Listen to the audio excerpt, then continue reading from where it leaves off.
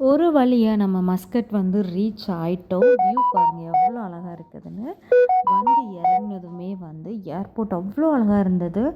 So நெறைய videos and photos எடுத்துட்டு அப்புறமா கிளம்பிட்டோம். ரோடெல்லாம் அவ்வளோ அழகா இருந்துச்சு. ஏர்போர்ட்லேருந்து வீடு 5 மினிட்ஸ் தான். டக்குன்னு வீட்டுக்கு வந்துட்டோம்.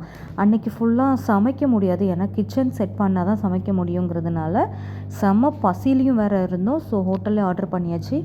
பிரியாணி, அதுக்கப்புறம் அதுக்கு பிரெட் அல்வா, ரைத்தா, அப்புறம் ஒரு ஃபிஷ் மீல்ஸ், பரோட்டா அந்த மாதிரி லஞ்சுக்கு வாங்கி நல்லா சாப்பிட்டுட்டு நல்ல ஒரு தூக்கத்தை போட்டுட்டோம். தூங்கி எழுந்திரிச்சதுக்கப்புறம் நைட்டு டின்னரும் வெளியே தான் வாங்கினோம். இட்லி, தோசை அந்த மாதிரி வாங்கிட்டோம். நம்ம இந்தியன் ஹோட்டலில் தான் வாங்கினோம். சூப்பராக இருந்துச்சு டேஸ்ட்டு.